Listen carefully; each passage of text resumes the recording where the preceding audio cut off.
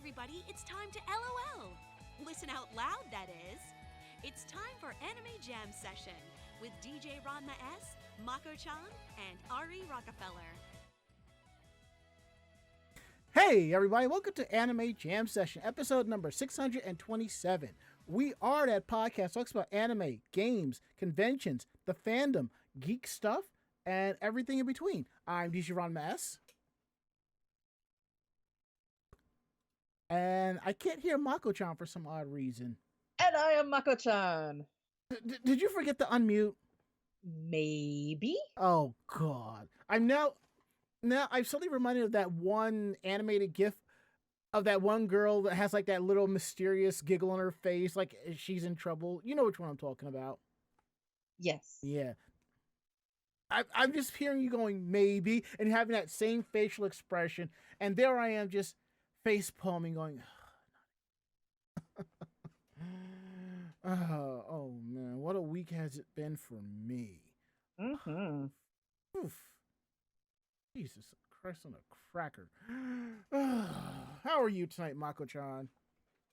I am dealing with allergies, so I am very tired, I'm very stuffed up, and I am just, dealing. You're just kind of done with people's shit, aren't you? It is Tuesday and I am already done for the week. It's like, whew, it's been a year, Mako. It's only the second day of the year. Yeah, pretty much. That is, yep, A+ feels. See, it seems legit. All right then. Don't mind me. I'm actually looking up something. I'll get into that during my weekend and geek roundtable. So me, I am doing better, and I'll get into why I'm doing better. When we do our weekend day, because my weekend was quite interesting. Was not expecting to land in the emergency room for about 6 hours, and it wasn't for the fact that I was in pain per se. It's just the waiting around, Yeah, that's the sucky part about having to go to the ER. Yeah, because let me be real with y'all people. When you go to the ER, half the time you're just waiting for the test results, and at that point, either they're going to send you on your way with medication, have you stay overnight for observation, or we need to do some work on you. You're getting checked in now, something along those lines. So I'll get into that in just a bit. But anywho, we just want to let you know we are live tonight, week of April 2nd, 2024. Right here on Twitch TV. We're live Tuesdays from 9 to 10:30 p.m. Eastern. You can always find us at Twitch TV/Anime Jam Session. And we're also proud to be part of the Voice of Geeks Network at VogNetwork.com. And you will find them at VogNetwork.com for more information about who we are and what we do and some cool articles and other great things. And you can also find them on Twitch as well. Twitch TV/VogNetwork. And please come hang out in our Discord of VogNetwork.com/Discord. Every show that's part of the Voice of Geeks Network has a channel, so come through, hang out, and have a good time. So now that we got that out the way, we're going to kick it over to Mako-chan as I ask her, how was her day and how was her week? Not horrible. I dog sat on Saturday, so my mother and her girlfriend could go see a show in the city. Oh, okay.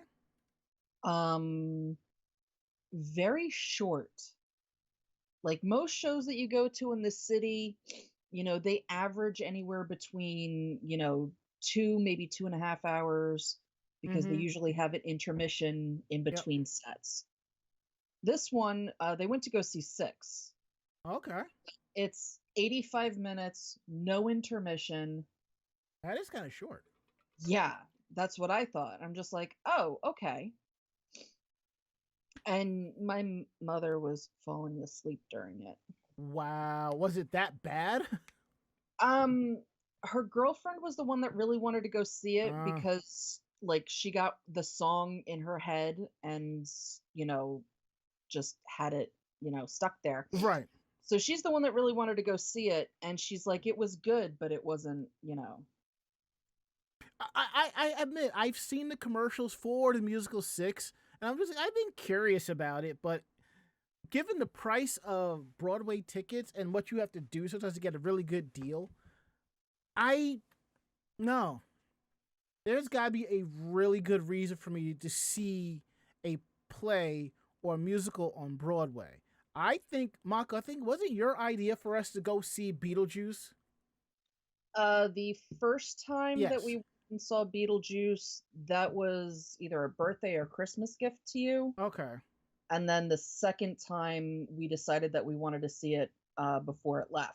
Yeah, and we went with our friends, Aaron and Robin. Yes. Oh, by the way, Robin's expecting. Awesome. Yeah, I found this out while we were at Zenkai because we were supposed to hang out, but she said she got really sick, and then she just nonchalantly snuck it into my messages like, "Yeah, I'm probably sick due to the pregnancy." I'm just like, "Wait, what?" It's like the Fallout Pip-Boy meme. Hold up, you know?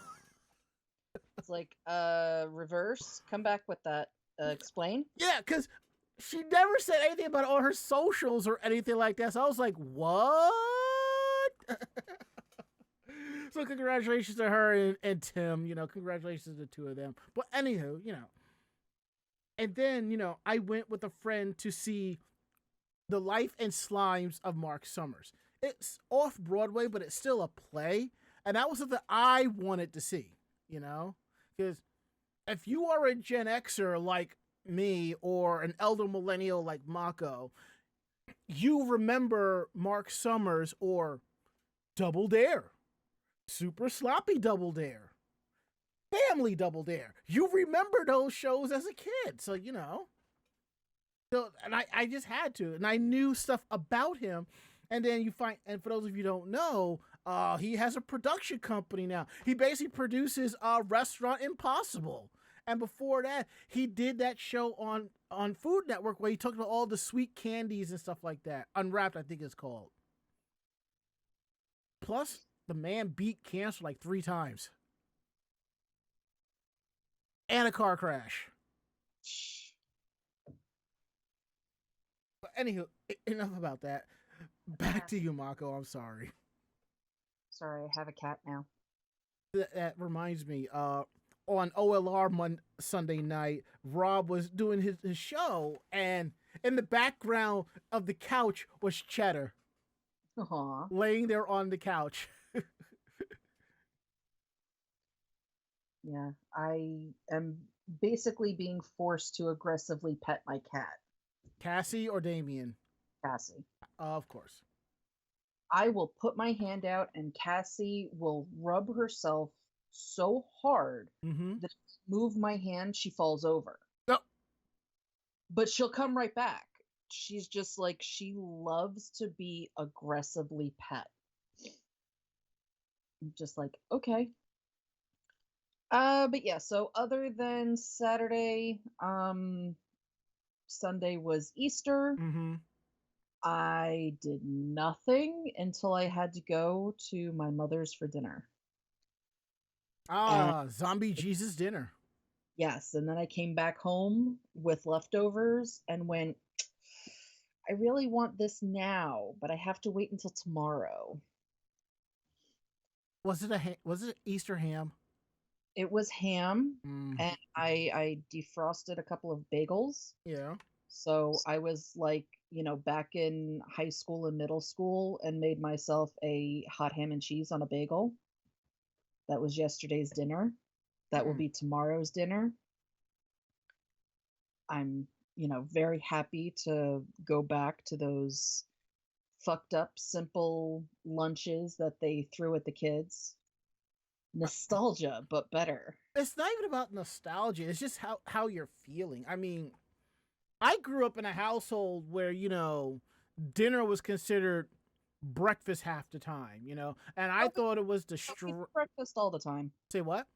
We did breakfast all the time. We did hot dogs and hamburgers with no buns. No, it was more like leftovers for dinner was breakfast. Oh, yeah. I've done that too. I thought it was the strangest thing. But, like I said, when you open your eyes and you watch anime, you see what they have for breakfast, or you watch other TV shows from different countries and you see what they have for food. It kind of opens your eyes, you know. You're like, oh, that's how it is. I mean, yeah, I love my bacon and eggs and coffee for breakfast. I absolutely love it. But there are times, you know, I come home from work, I'm like, I don't feel like pulling out a chop, or I'm just going to make breakfast for dinner and call it a day. And yes, I will put on a pot of coffee. You know, that's just me. You know, I'll do that. Well, see, my go-to is nachos. Hmm. I almost always have tortilla chips, and I always, always, always have shredded cheese. What protein is on those nachos depends on what I happen to have. So if I don't have any, you know, chicken or anything like that available, I will actually scramble some eggs in the microwave and then put that on my nachos and do breakfast nachos because they're delicious. I totally get that, you know. And it's funny though, because like I said, I bring food from work home for dinner, and since they don't do Fridays, I try to bring home an extra lunch for that Friday, and I also started buying stuff for Friday, you know, just in case. And it's like, and I leave in the morning, I totally forget to take whatever out of the freezer, let it thaw out, because, you know, I caught a sale on some lamb chops. I'm like, you know what? Lamb chops and some air-fried vegetables sound good. When you're a kid, you ain't about that. When you're an adult, you're like, you know what? That sounds pretty damn good, you know? I haven't had lamb in a while. Now I want shepherd's pie. It's been a hot minute since I've had shepherd's pie. I may need to remedy that. Anyway, this is not the food podcast. Yeah, we leave that to Foodie Lounge Radio. But Pod Culture says he likes going to Cracker Barrel. They have the $5 take-home meals if you buy a regular entree. The way I've been eating, that $5 take-home meal will probably sit in my fridge for 2 days before I get to it. Yeah, there are a lot of restaurants like that if they were just a little bit closer to me, I would probably stop there more often. Cracker Barrel is one of them, but that's mainly so I can, you know, get some soda and hoard it. That reminds me, I need to hit up Raising Cane's again. They opened up one, you know, about 10, 20 minutes from my house. I just have to remember to get on that train to get to that stop to get some to take home. I might do that Thursday. Depends on how I feel. But anywho, so you still need more time? No, I'm done. All right, cool. So my weekend day has been quite interesting, to say the least. So everything started out fine till Thursday night. For some reason, I started getting like this back pain, and I couldn't figure out why. So as you know, I sit here in this gaming chair with a lumbar pillow. So I kind of adjusted it, you know, for better sleeping, for better resting. And after the group chat, I went to bed. Now, I have a heating pad. I got that weeks ago to help my knee, which is leaps and bounds better than it was, to help sleep, you know. I get up the next day, still having some minor issues. It's hard for me to bend over sometimes, but I'm able to get up, shower, breakfast, eat, pack, and go hang out with my friend Julian for like spend the night at her place, you know. I figured it wouldn't be so bad. And then I get to the train station, and I found myself, I'm like out of breath trying to get up the stairs. Now, this has happened to me before wearing a mask, because it's like I'm exerting a lot. So usually now when I'm going to the subway or if I'm leaving, I pull the mask down because there's nobody on my street. I'm now at the point where if you're not within 3 to 4 feet of me, I will not wear a mask. But if we're on the subway and it starts to build up, or on the train, I will put it on and just go about my day. Simple as that, you know. So I'm like, okay, I figured I'd walk it out. That was fine. I get to her place, we hang out, we watch TV, we watch this movie called Poor Things. It's about a scientist who saved a woman from committing suicide with her baby, and he basically takes the mother's brain out and puts the baby's brain inside and raises her as if she is his child. And it's quite interesting as this child develops and starts to see the world. Mind you, this all takes place during the Victorian steampunk era. It's quite interesting. It sounds like an interesting one. It is. I think you need to be a little stoned to understand this film. I'll tell you more about it later, but so I will, as I'm watching it, I find myself sitting and adjusting my back in certain positions to kind of relax because it feels like the back pain is seizing up my chest at times. So we meet up with a friend, a couple of her friends, and we go out, have smoke, have a drink, and enjoy ourselves. And I thought I was feeling better. But we had to walk back to her friend's car, and I found myself having issues, catching up with them, So I finally get back, put some lotion on my back, and I find a comfortable way to lay in the bed that doesn't hurt my back. Now, Julia has like this amazing mattress she got from Raymore and Flanagan, and I'm questioning maybe I should have gotten mine there from instead of IKEA. Don't get me wrong, I like my mattress from IKEA, but maybe it was the topper that she had. It was just like, I did not want to get out of bed. I felt like if I moved in her bed, I would just trigger my back sore or something like that. Fine, whatever. I get up, shower, dress, all of that. We go out for breakfast, and we go over to urgent care because I'm like, I gotta see what's going on. My breathing has gotten better. My walking speed is kind of back up to norm. So they run the x-ray tests and all of that. And then they go, you should go to the ER. Why? They saying there's some type of fluid buildup in my chest. It may have something to do with my heart. At my levels, I'm like, you know what?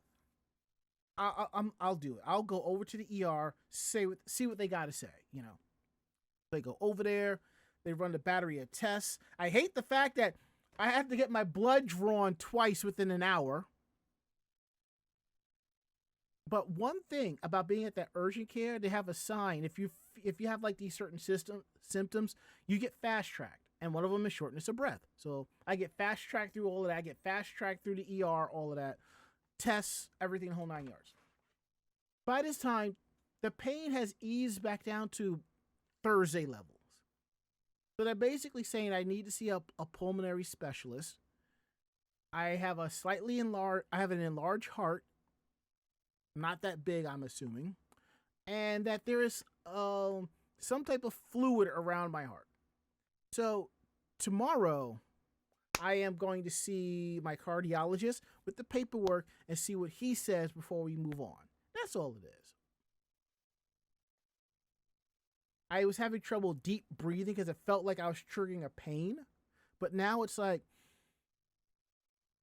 it just feels like my chest is kind of sore when I deep breathe, but I figured that'll all go away. And it's been better. And to everybody who has sent me, who has commented on my post and sent me messages about my health, thank you very much. I appreciate your concern, everything. I am going to be okay for the most part. I'm alive, I will let you all know tomorrow what the doctor says, and we will go from there. I have a feeling they're probably going to change up my medication or something. We will see. I assume the enlarged heart is from my weight loss medication or something like that, because I'm not a bodybuilder. I don't work out or anything like that, The closest to me working out is walking 10,000 steps in my office every day.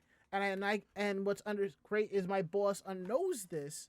So there are times I'll just, when my watch buzzes that, oh, you've been idle, I'll get up, I'll walk all 3 floors and come back to my seat, So there's that. And that's basically has been my weekend day. So we're getting into our next section, which is housekeeping, which I do have to change at the last minute, but I'll get to it just a bit. just so you know, episodes of our podcast, Anime Jam Session, is available on our YouTube page at youtube.com/Anime Jam Session. Available Thursdays at 12 noon. Click on podcast and you'll find it there. What's funny is a couple of weeks ago, I put up the Zenkai-Con episode, and I'm just like, we're missing an episode. What happened to episode 625?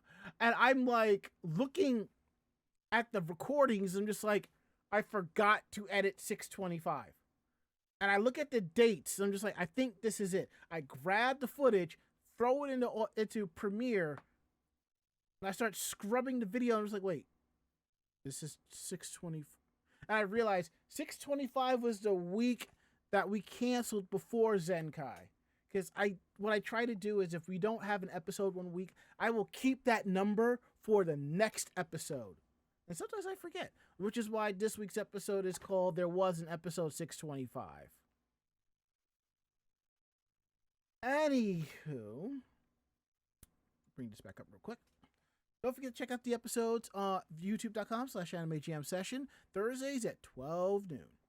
And we're hitting up more conventions. We originally were going to go to Garden State Anime Festival, April 20th in Augusta, New Jersey, but unfortunately, we will not be going because I have another plans that weekend. Plus, I'm not feeling an anime con in a circus tent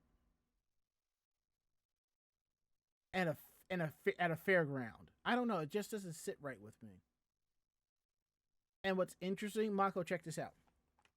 Tickets for the con for the whole weekend, $25.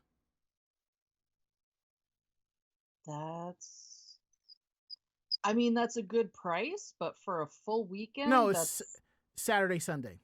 Still, for Saturday, Sunday, that's pretty cheap for, but then again, if it's in a tent. It's a fairground. I'm assuming there's a couple of buildings, but that's just about it. I'm figuring a couple of buildings, a tent, but the VIP badges are $75. That's a huge difference between regular admission and VIP. You get into the con a half hour early. You get con bucks to buy stuff in the dealer's hall. And you get priority for seats and autographs and all of that.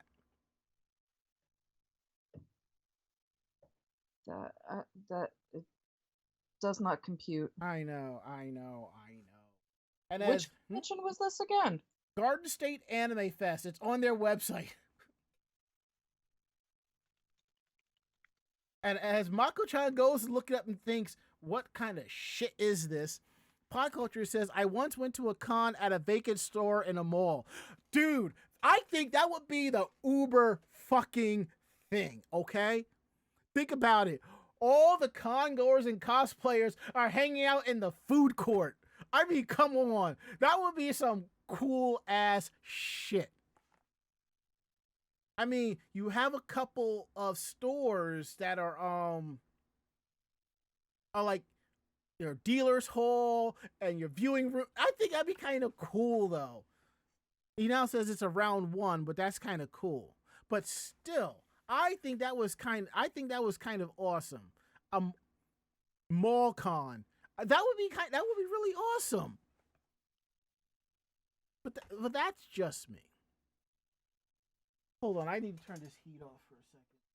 Yeah, because it's rainy and a little windy out, so I had to turn the heat on to kind of keep things a little warm around here. But,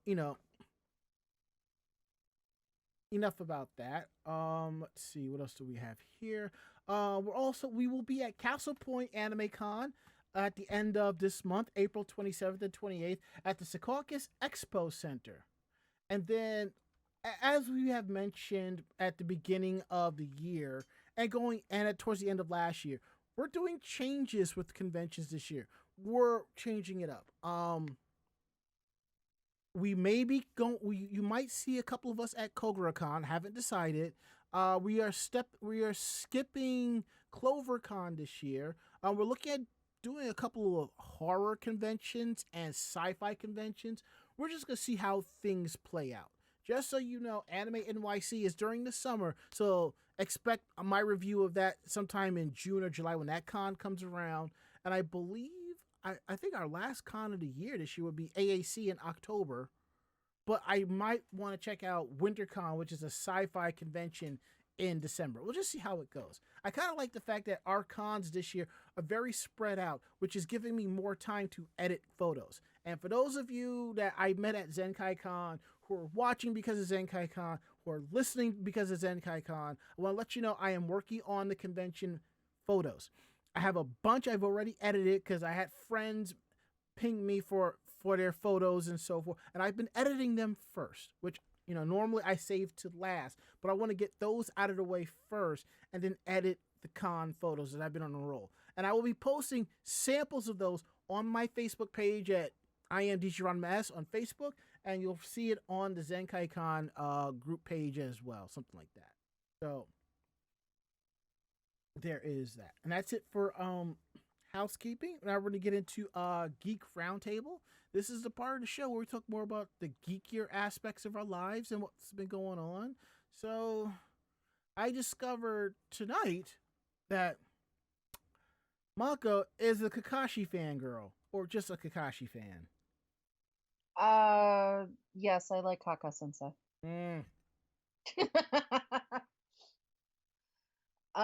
Yeah, so Ranma got me into Naruto. I did? Mm-hmm. I did not realize that. Yeah, you gave me a shit ton of downloads in Japanese I am so sorry. when I was in college. I am so sorry. Why? I liked it. No, I know, I'm just messing with you. So I've been a fan since the beginning, basically. And Kakashi has always been my favorite of the adults. Mm-hmm. Guess that generation. Just because he's a sarcastic perv, but not in the same sense that Jiraiya is a sarcastic perv. Yeah, there's a meme I've been seeing about Jiraiya lately. It's like a tweet that someone made. You know, it basically says, "Oh, we miss you, Jiraiya. You would have loved OnlyFans." Yeah, that would be right up his alley right there. Yup, since he did write Can Paradise. Yeah. But what's worse, writing it or reading it in public? Flip a D2 and you tell me. As somebody that writes porn and reads porn in public, I can't answer that one. Look, let me tell you something. I will be on my phone and I will see porn, hentai, lewd shit on my phone from the groups that I am in and the Twitter accounts that I follow. There are times there are some little kid staring over. I'm just like, well, I learned from somewhere. And secondly, to the parent, don't you look at me. Learn to control your child. Simple as that. I'm not gonna stop looking at what I'm looking at because you don't want your child looking at it. You're not the boss of me, and nor do you pay my bills. And this is all I gotta say. So, anywho, But yeah, so this is one of the figures that I got at Zenkai. I have like 3 figures at your house I need to pick up, which should be sometime between now and May. Who knows? Well, I'm figuring probably when we go down to Baltimore. I still We're still going down, right? That's not when she's having her surgery or anything. her right? surgery is sometime in the next 2 weeks. Okay. Yeah. I just don't know if she's gonna still be recovering from that because. Well, I will message I will message her tomorrow and see what she says. So you know. On a side note here, before we went to Zenkai, I made a quick stop at the Asian supermarket for some Ocean Bombs and some Kit Kats. I found this candy called Kopiko. Real coffee anytime, anywhere. It's coffee candy. And it's actually really good. It's import too, so I find myself I think this is like the second piece of this candy I've had. Because y'all know I do enjoy my coffee and my caffeine.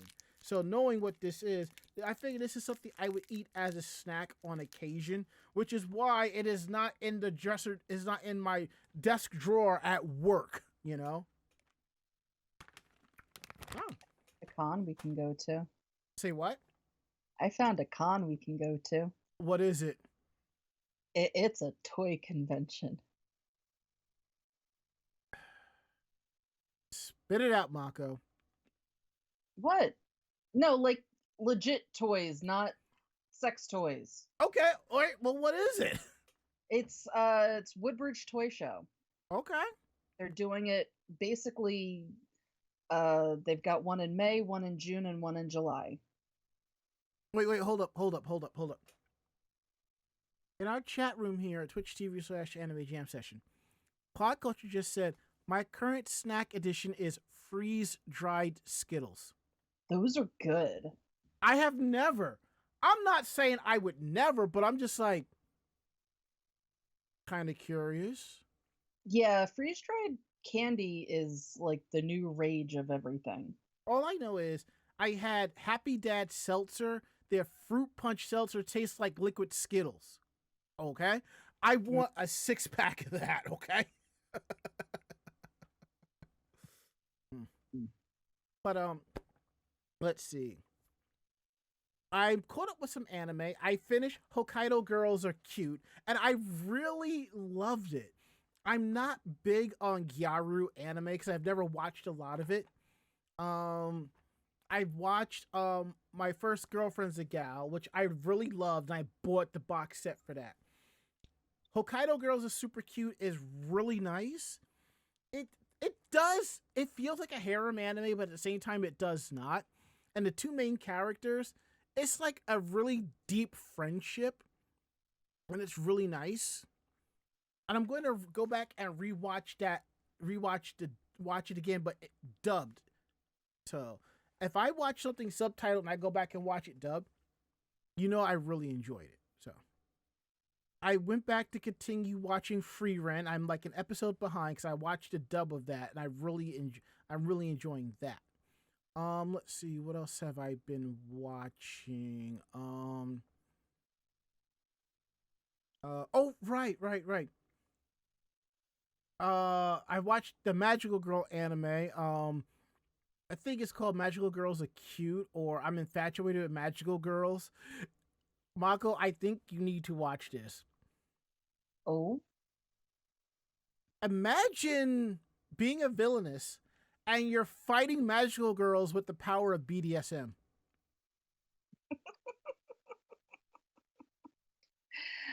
All right.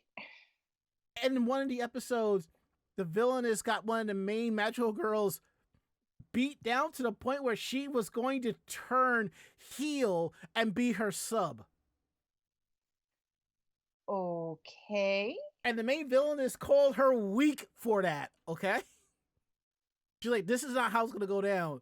The fact that you are willing to give up like that shows how weak you are. And it basically broke her.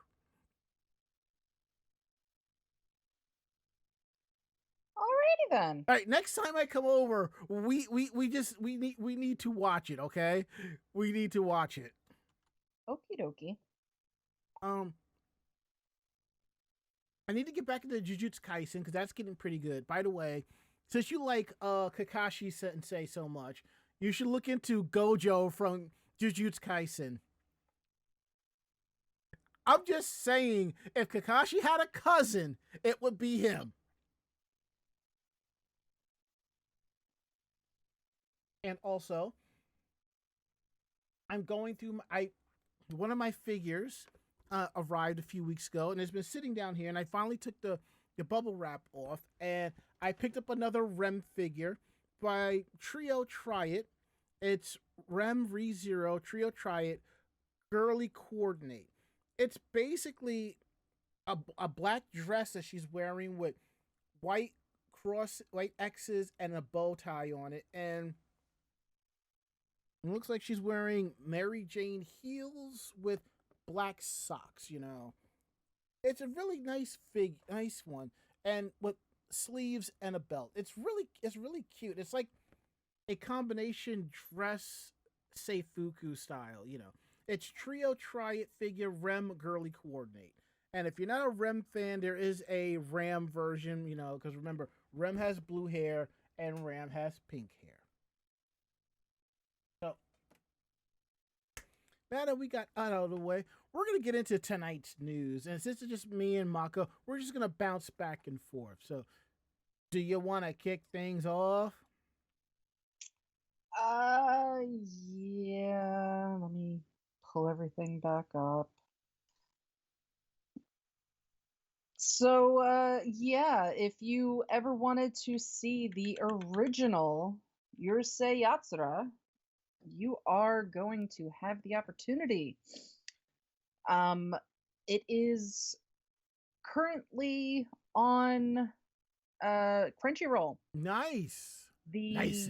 it is the entirety of it. So all 194 episodes are available on Crunchyroll in Japanese with English subtitles.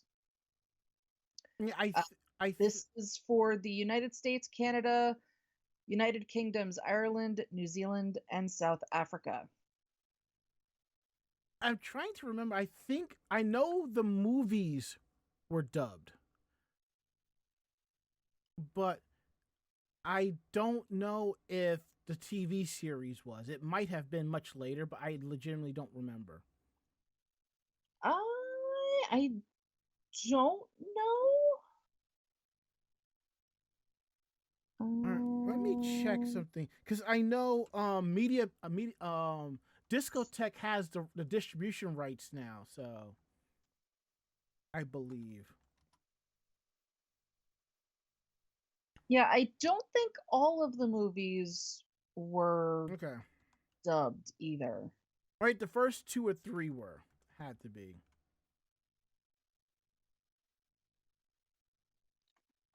I'm trying to think because Beautiful Dreamer is what actually got me Mm-hmm. into Urusei Yatsura. Mm-hmm. I cannot remember if it was. I think it's all like I don't think it's. No, it is dubbed. Okay, yeah, because I'm looking at the wiki. Yeah. Yeah.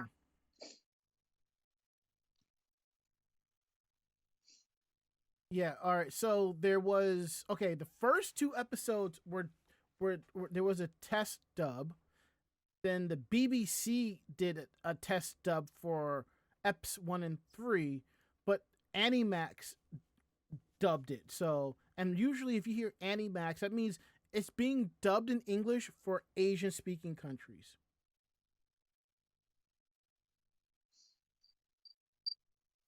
That's basically what it is. Oh. Yeah, no one really liked the performance of it, which is why they only dubbed the first two episodes. So Animigo would dub the movies except for the second one because that was picked up by U.S. Manga Corps, or some people like to call them U.S. Mangled Corps, and it was recast in 2003. So yeah, so it was dubbed in Hong Kong for Animax Asia sometime in the 2000s under the series called Alien Musabat. And in the dub, Lum is called Lamu. And rumor has it, there was an English dub known as the Alaskan dub, and it was called Cosma the Invader Girl. And it was on local Alaska TV, but there is no known footage of it available. Kind of interesting.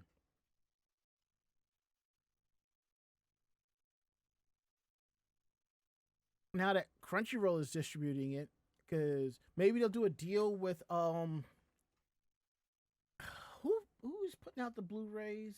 Discotech. Maybe they'll do a deal and maybe they'll do a dub cast for it. Who knows? I think it'd be kind of cool.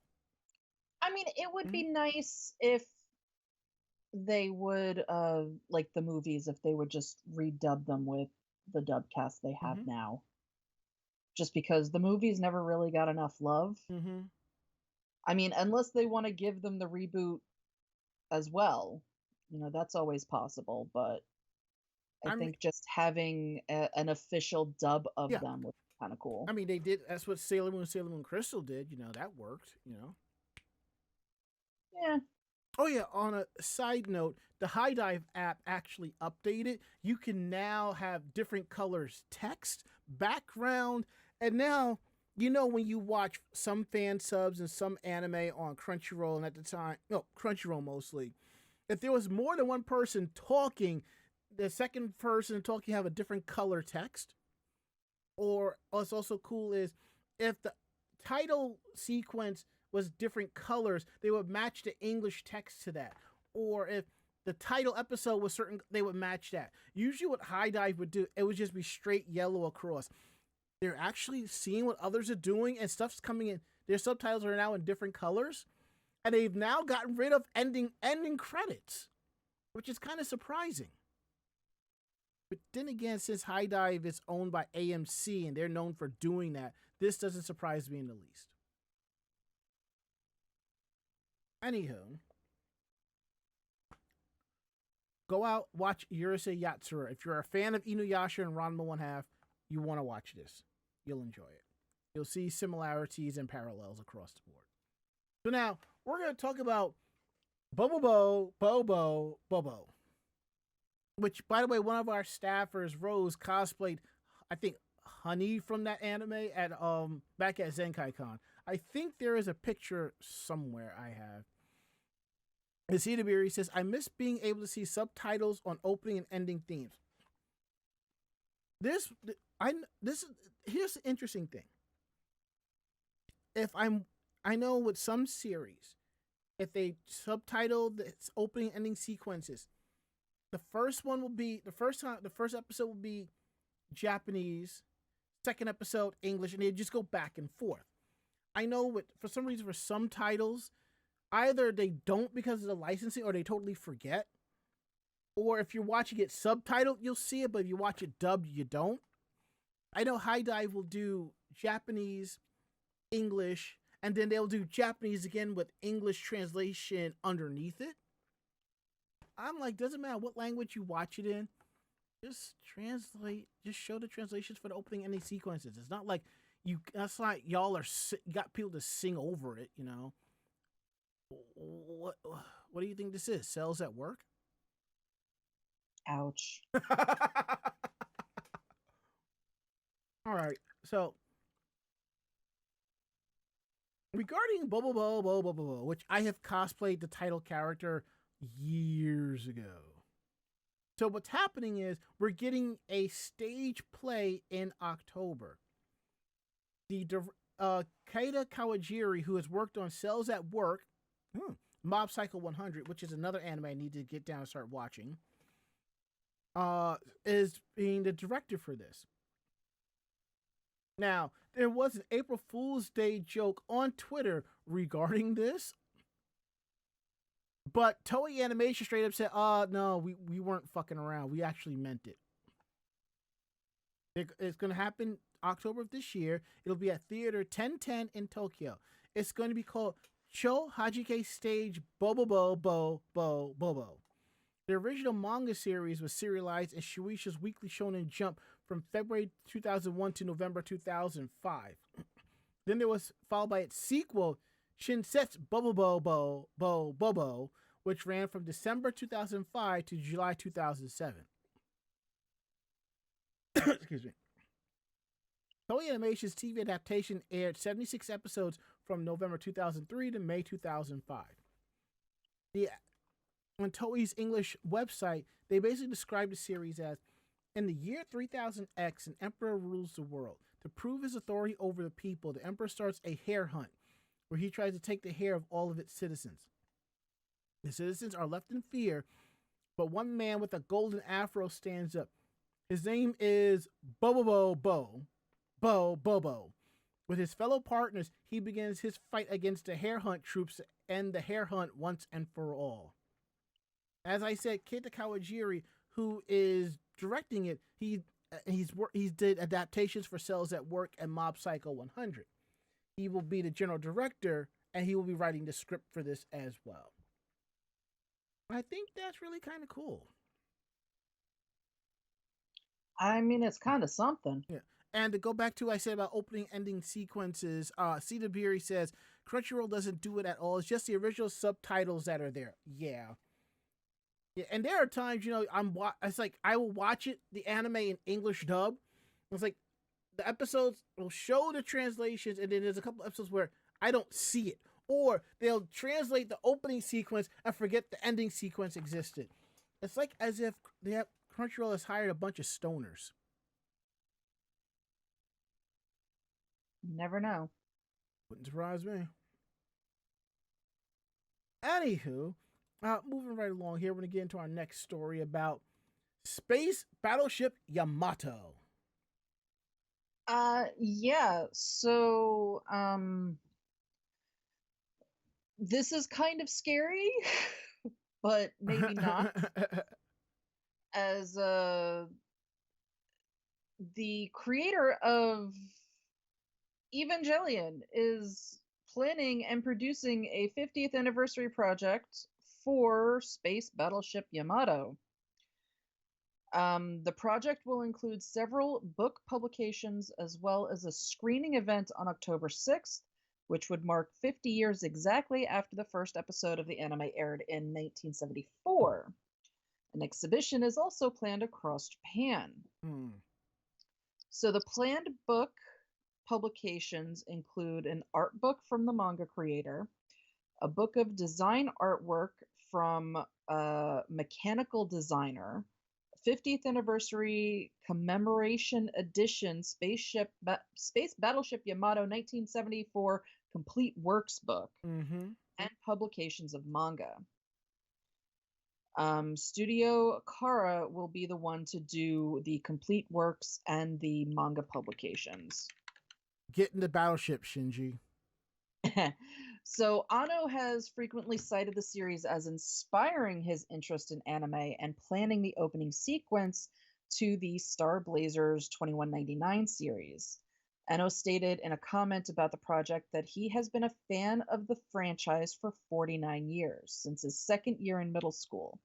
He added that he didn't think he would be the same person he is today without the franchise. He reminisced about how he missed the first episode when it was first broadcast, but how he watched the second through final episode, sacrificing even watching Great Mazinger and running home after cram school to do so. Not for nothing, but that just sounds so much like how we were after school, having to run home to make sure that you got that one episode. You could not miss that one episode. I mean, nowadays, today's generation, they don't have to run home to watch it. It's on demand, or they will find a way to acquire it. For us, I remember running home to catch Thundercats at 3:30. You best believe. Yeah, I recorded everything and then also made sure that I was home to watch it, just in case I was so paranoid that my recordings were not going to work. So I still had to rush home just to make sure that that everything was working. And then I would usually not watch it and then watch it once it was done recording so I could skip through the commercials. You want to know something? I kind of do that with when I'm DVRing stuff. It's like it's Wednesday, it's Chicago Wednesday. I'm like, oh, let me watch Chicago Fire. And I look at the time, 9:10, and I'm like, you know what? I'm gonna wait about 10-15 minutes. That way I can just fast forward through the commercials and watch it all in one fall swoop. Cedar Beery says, I used to run home for Power Rangers until O.J. Simpson ruined that for me. Damn, dude. Feel for you.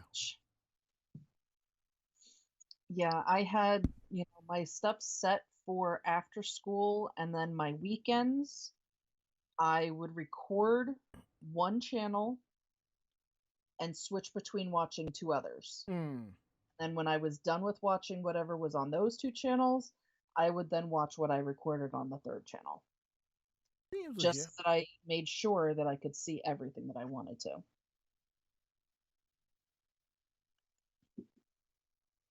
I keep saying one of these days, I'm going to find somebody. Well, if you go on YouTube, evidently people are breaking out I guess they've been doing this for a while. People have been breaking out their VHS tapes and been uploading commercials from the 60s, the 70s, the 80s, the 90s, up until today.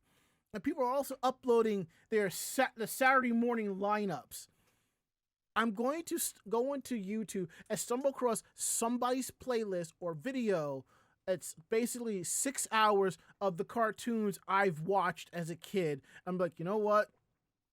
I'm going to save this and get up on a Saturday morning, forego the bacon, eggs, and coffee, have a big bowl of cereal, sit there in my pajamas, and watch whatever, you know? That sounds like most of my Saturdays. Yeah. I mean, honestly, I admit, I was still doing that. It was for My Little Pony Friendship is Magic. I had the DVR set, so I would get up, make my breakfast, sit at my table. It usually be around 11:30, go onto the DVR and watch this week's episode. And Pop Culture says, I recently bought a CRT for nostalgia reasons. Man, if I still have my Sharp TV Nintendo, believe you me, bro, I would. And unfortunately, in this small-ass studio, I wouldn't have a place to put it. But if I ever come across another one and I'm in a bigger place, yeah, I'm definitely doing that. And I'm probably going to put it in the living room next to the big screen in its own little section and move all of the retro consoles over there and have like one set of hookup cables so I can move a retro console to the HD TV, you know? Anywho, moving right along here. Now we're going to get a little porny. Giggity. Oh my. And we're going to talk about Palworld. And it's funny. When this game came out, there's a creature in the game that goes after you. So, this is probably an April Fool's joke. It is, but maybe not. That's what I was about to get to. If it's not, it does not surprise me in the least. Because it seems that the Palworld developers made a timely announcement of an adult-only romance simulator with naked pals, you know? I mean, it's bad enough people are drawing humanoid porn Pokemon and Digimon. This was just a matter of time. Just saying. So, released earlier this year, video game developer Pocket Pair's Palworld quickly gained attention for borrowing very heavily from the aesthetics of the Pokemon franchise while taking the gameplay from a single-player turn-based combat to real-time action multiplayer. Basically, it's become like a survival-type game where you have to create your house and all of that and train them and all that stuff. The game itself, Palworld, exists in a totally different genre, getting ideas from titles such as Ark Survival Evolved, like I just mentioned. By the way, there is an Ark animated series hitting Paramount Plus, I believe, this month, so you might want to check it out. Accurate or not, Palworld developed a reputation as letting players do things that Pokemon won't, and Pocket Pair leaned into that on Monday with a video called Palworld, We Can't Be Just Friends Anymore, which the company describes as a school life romance simulator in which the series creatures get sexy and naked. Oh my. It's described as, you are the main character and you are a new transfer student at the private Palpagos Academy. You will enjoy a full student life through the friendship and romance you experience with the uniquely individual pals that you meet. Whether you stay friends with them or your relationship deserves something more, or you butcher and eat them up, is up to you. There's a new meaning to date, murder, kill. Oh, date, marry, kill. Sorry. There is a video that's available that shows a number of Palworld characters adapted to dating simulator setting, such as Lavender, who hunts the heart of a new transfer student, and her ID is 69. Oh my. As per the announcement, Pocket Pair says you will communicate with the pals using the pal language to deepen your relationship. It won't be all talking though, because they say that if multiple pals confess their love to you at the same time, the ones you reject will go violently berserk. And the announcement of the release date of this game is April 1st, 2025. Given that the announcement of this was on April 1st, 2024, as we said at the top of this article, we most like this is an April Fool's joke from Pocket Pair. But there have been times where companies have done this and it's actually happened. Like, for example, if you remember last year, year before last, Bushiroad announced a Love Live Yohane anime on April 1st. And weeks later, it actually happened. And we just did an article earlier about Bobobo. They made the announcement on April 1st, and Toei said the next day, "Oh no, we were serious." So if this is a prank, good on them. If not, don't be surprised. I will say there was a lot of pranks I saw on Facebook regarding social media. I just thought it was funny. I just thought it was just funny as fuck all. But my favorite one that I shared was the fact that Netflix picked up the rights to Ranma One Half and casting Danny DeVito as Haplesai. Which, not for nothing, would probably fit. I'm just hearing his deep voice shouting, "What a haul! What a haul!" God.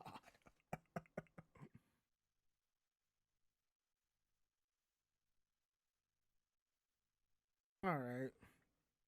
Now it's on you, Mako. Tell us about the life-size Gundam, which I unfortunately did not get a chance to see while I was in Japan. You do that one because I want to do the next one. Oh, we're there. Okay, we're already there. Fair enough. All right. So, like I said, I do. When you go to Japan, it's like you have to do all these otaku things, all these anime things, you know. I didn't do all of that. I went more for myself. The most anime stuff I did was go walking through Narima, which is where Ranma One Half takes place, buying merch in Akihabara, and going to a maid cafe. Which I went back before the end of my trip. I was trying to find this one beer cafe I wanted to hit up, but I couldn't find it, so I just hopped on the train and went back to my hotel room and had a beer at the bar right by where I was at, and it was a great time. So we've always talked about this on the show, about the life-size Gundam that's in Japan. Unfortunately, there's a saying, all good things come to an end.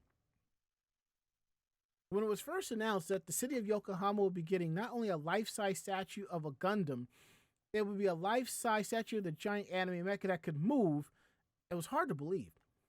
In the anime, the original Gundam stands about 60 feet tall, and it looks awesome as it does on screen, but it's tough to picture something so huge moving in this world. But at the Gundam Factory Yokohama, that opened up in December 2020, which is about a half hour south of Tokyo, which another place I need to visit, it became a reality, along with a themed cafe, a gift shop with merch, everything. It was basically a pilgrimage point for Gundam fans across the world. But last Sunday was basically the very last day for it. And they shot off fireworks and everything to celebrate it. At 7 p.m., the Gundam Factory Yokohama Grand Finale to the new stage farewell celebration began, and there were guests, including the designer and the series creator, Yoshiyuki Tomino. Ordinarily, Gundam Factory Yokohama Gundams has a variety of short programs throughout the day in which the robots' movements are accompanied by light and voice performances. For this very last show, there was an extended program featuring a number of Gundam franchise theme songs, plus a drone show creating the art of the anime's robots and characters in the night sky. Which, by the way, Mako, you probably didn't see, but there was a duo Maxwell at Zenkai. No, I did not see that. Yep, there was a duo Maxwell.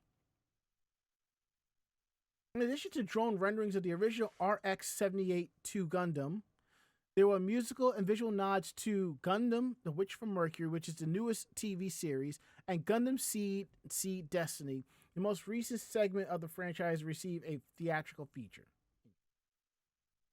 But it wasn't all technological flash and pyrotechnic spectacle, though. There was no denying Gundam's visceral, whoa, cool robot appeal. The franchise also likes to ponder the continuing evolution of human society, and so before the final shutdown, Toru Furuya, Yokohama's native and voice actor for the original Gundam protagonist Amuro Ray, had some inspiring words to say.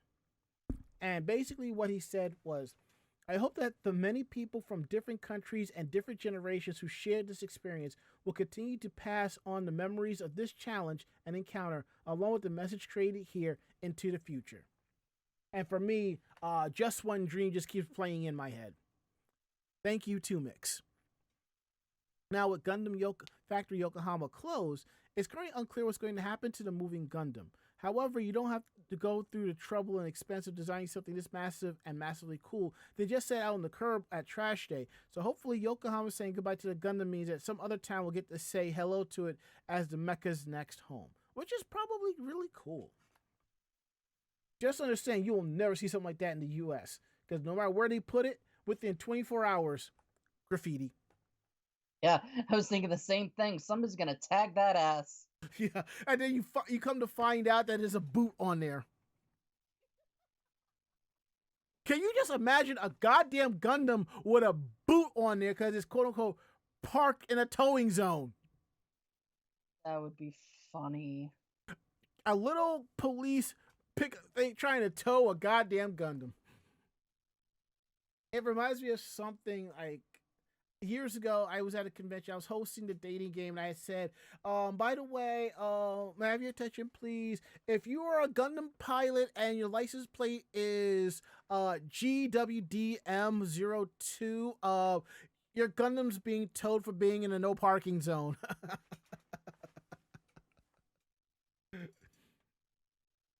All right, and now we're going to get into our final story of the night before we get into Meanwhile in Japan about Yu-Gi-Oh! Yeah, so this is a little icky. Just a little? Just a little bit. So the Yu-Gi-Oh! World Championship will be in Seattle in September. Obviously, until then, there are going to be championships in regions so that those that win there can go to the World Championship. Mm-hmm. The problem is that Japan's Yu-Gi-Oh! Championship has some slightly not so good rules. Mm-hmm. So the registration requirements and its feeder tournaments are, it has some pretty standard stuff. You need proof of identity. You need to, all of the cards have to be official cards. Mm-hmm. So you can't, use a bootleg card, obviously. And then further down the list, you have that all participants must have a Japanese address, which you would think would make sense because this is the Japan Championship. Mm-hmm. Unfortunately, address is not the only thing that Japan is requesting. What?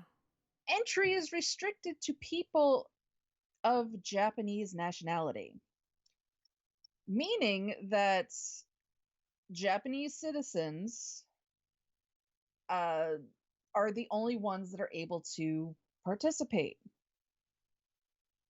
So foreign residents of Japan are barred from participating.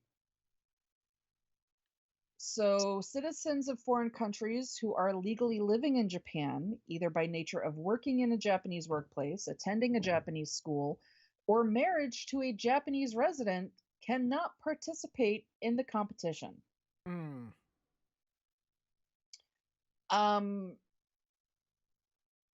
Yeah, so that also means that needing to have citizenship require, that requirement, it bars those who have been living in Japan for years or decades. Even foreign residents of Japan who have obtained permanent residency status from the Japanese government are not are ineligible unless they have also obtained Japanese citizenship. So, which means that for adults, you must renounce your home country citizenship because Japan does not allow dual nationality past the age of 20. And then obviously there are other places that it's less strict. Mm-hmm. So North, Central, and South American territories simply state that duelists must be legal residents of the territory they wish to represent and provide valid proof of residency. So yeah, admittedly, foreigners living in Japan and playing with Japanese language cards make up a pretty small subset of the Yu-Gi-Oh player base. So it's not shocking that the demographic wasn't a major priority in crafting the Japan Championship rules. On the other hand, the fact that someone on the tournament's legal team thought it was necessary to explicitly require Japanese nationality in addition to Japanese residency shows that the Japan Championship organizers can at least imagine that there might be foreign residents who might want to compete. So it's odd to see them taking steps to lock them out. And I mean, not for nothing, knowing what we know about Japan, I can't say that this is not something that you wouldn't think about, kind of thing. I mean, honestly, this came up as a topic of discussion on Orange Lounge Radio a while back for the DDR World Championships. Now, Mako, who puts out Yu-Gi-Oh? I'm not exactly sure. I don't follow Yu-Gi-Oh enough to know what company puts it out. Konami puts out Yu-Gi-Oh. Okay. Who puts out DDR? Same. So this doesn't surprise me in the fucking least. Really. It does not surprise me because they pulled the same thing on the DDR championships and some people got disqualified because they didn't have an official address.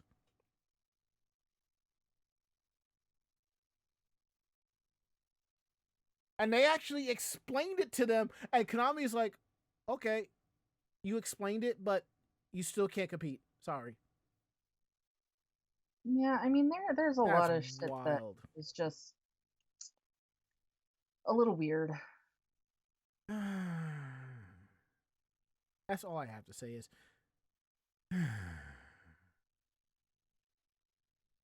I'm going to have to drop this in the OLR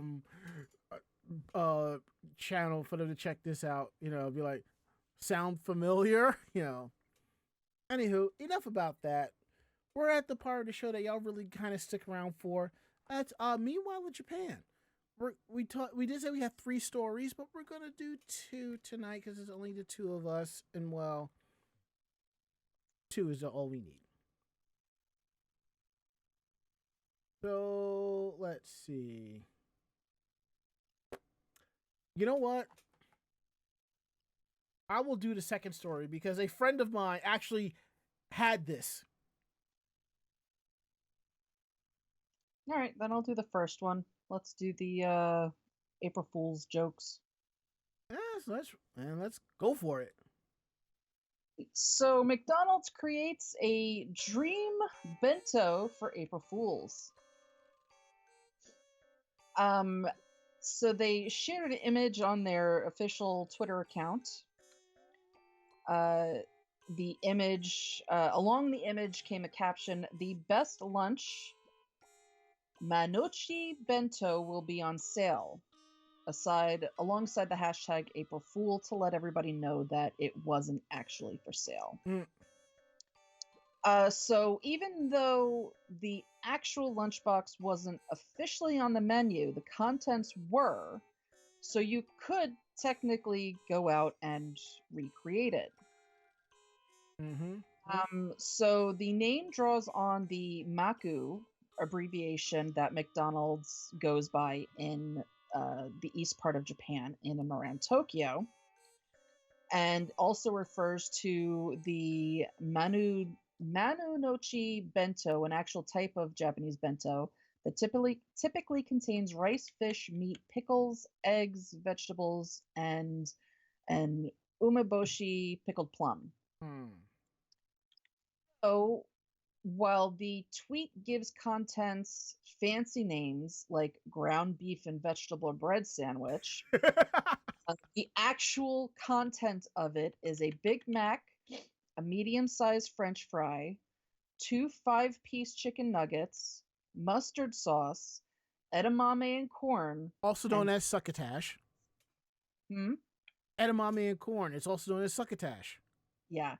And then 2 apple pies. So once you have all of your ingredients, all you have to do is obviously grab a tray and, put it together. So, besides the fact that it, is a very large calorie content meal, it's actually not that pricey. It is only about, it's under $12 to be able to put it together. And that's with purchasing the burgers and fries together as a set. Yeah, because I'm looking at it's burger, 10 nuggets, medium fries, 2 apple pies, edamame and corn. That could be split by 2 people, and you're basically spending $6 a pop for lunch or dinner. Yeah, that's not bad at all. I don't eat Whoppers from McDonald's. Big Macs. McDonald's and Burger King, I can't do their beef.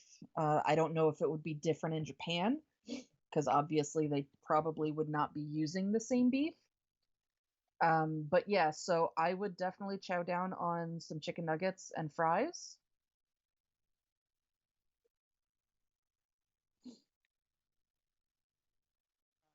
So if you're into it, now you have the ability to recreate the April Fool's Day prank from McDonald's basically anywhere you go, except, we don't have edamame and corn in ours. And as Cedar Berry says, I like the Impossible Whopper from Burger King. Not a fan of the regular Whopper. I've had the Impossible Whopper once. You could definitely tell it's not real. It's not the real thing, but it still tastes pretty damn good. Yeah, I will occasionally get the Impossible Whopper. I actually have a ticket for a free one. Same. Yep. So that will probably be dinner at some point this week. I don't know if it'll be... I mean, it's food. I don't know if it'll be dinner for me. It's just if I remember to do so, and if I get off at the next stop where there is a Burger King, so. Or if I get I mean, there is a Burger King right by my house. There's also one right by the drugstore I go to, so. Either or. So, since we talked about McDonald's and Mako-chan brought up Burger King, we are going to talk about Burger King and the fake burger. You heard me. Fake burger. It's that time of the year where we question all the news reports that we read and lead up to April Fool's Day. Now, to keep you on it, here to keep us on our toes is Burger King, who announced the return of the fake burger after 4 years of an absence. Fans will remember a similar announcement was made back in October 2020 when nothing but a pixelated image was shared before the product was released. After much excitement and speculation what the burger might contain, the 2020 burger was eventually revealed to be a burger stuffed with French fries. I'd eat that. No, I think it's just a burger bun with French fries. Yeah, that's what I'm saying, yeah. A burger bun with French fries and sauce.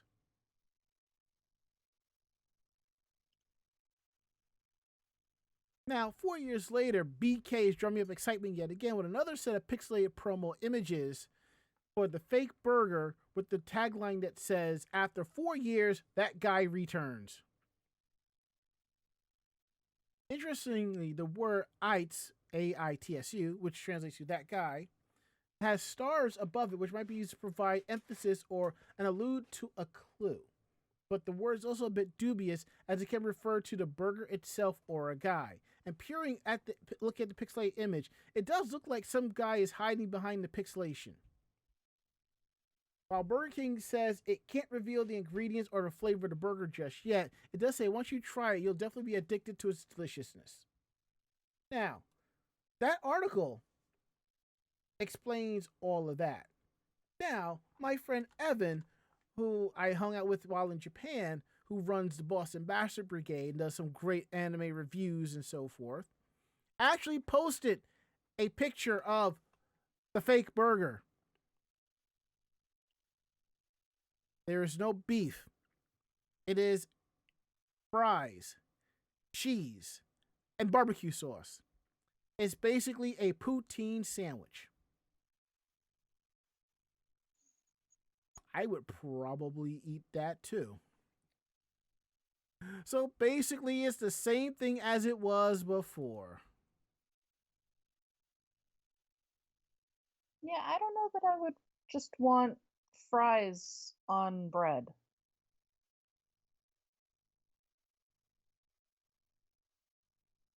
Why is that? I don't know. I think if like I like, so-called fat sandwiches. Mm-hmm. I don't know that I could just eat the fries and the bread. I mean, that's just a little, I don't know. Well, look at it this way. I mean, if you're in Japan, you could get the fake burger, and if you after a bite you didn't like it, you could always go to a 7-Eleven or a Family Mart and get the family chiki and throw the chicken cutlet right in there and eat it that way. That's something I would do. And as Pot Culture says, potatoes, gravy, and bread. Sounds like most of Sunday dinner. Fair enough. And I think on that note, I think it's time for us to get the heck up on out of here. And I just accidentally hit the wrong thing. There we go. Let's refresh to that so it shows what we need to show. So, anywho, no, I want you to go forward. No, backwards. Meanwhile, I got all of these damn windows open, and it's like you're not helping me any here. There's sometimes when I go forward to the next title, I have to tell it to refresh so it knows to actually show the proper title. So let me fix that real quick. Let me refresh the page. There we go. And that's where it needs to be. And yes, Pod Culture, I agree with bacon. Yes, Cedarberry, I agree with bacon. Because bacon goes with everything. I agree with bacon. Like Guile's theme, it goes with everything. I agree with bacon on anything. So, if you liked tonight's show, tell a friend. They in turn will tell another friend, and so on and so forth. We're independent bloggers, independent podcasters. So what we like and don't like, we're telling you this straight up right now.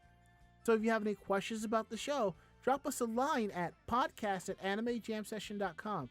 Again, that is podcast@animejamsession.com. We're here to believe you.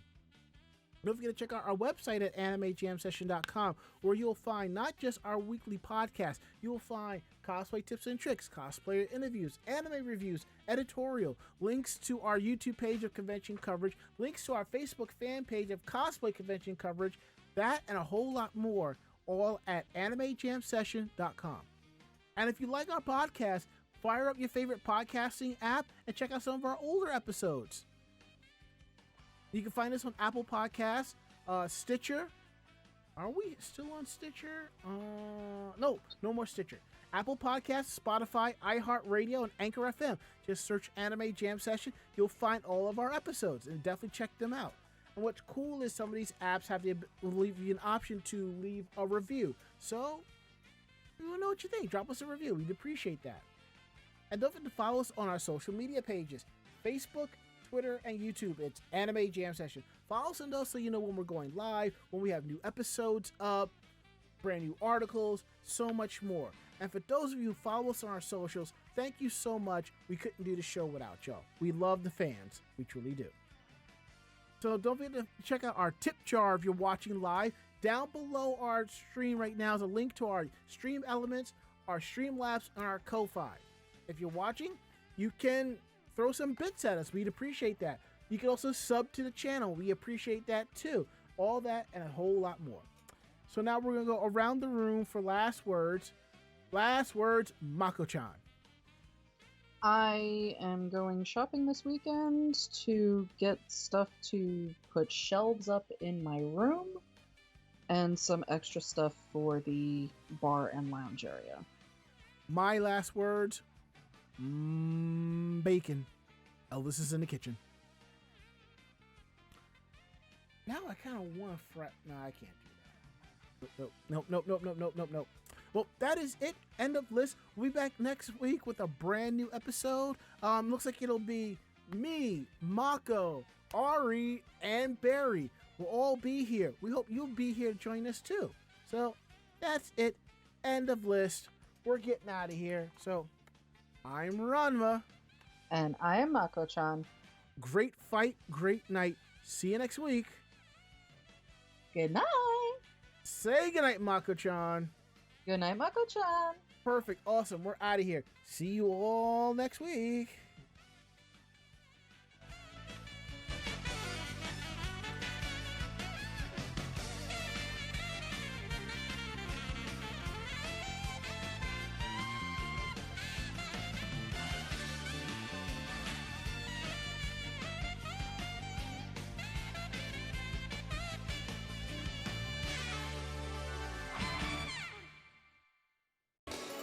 This podcast has been a production of Anime Jam Session and AJS Productions. No fanboys and fangirls were hurt, maimed, shot, electrocuted, or pistol whipped in this episode. For now. The views, opinions, and thoughts expressed on this show do not reflect the staff or the network as a whole. But we're still right, damn it. For transcripts of this episode, start typing. Check us out at animejamsession.com and vognetwork.com for more information about us and other programming. Jamatane!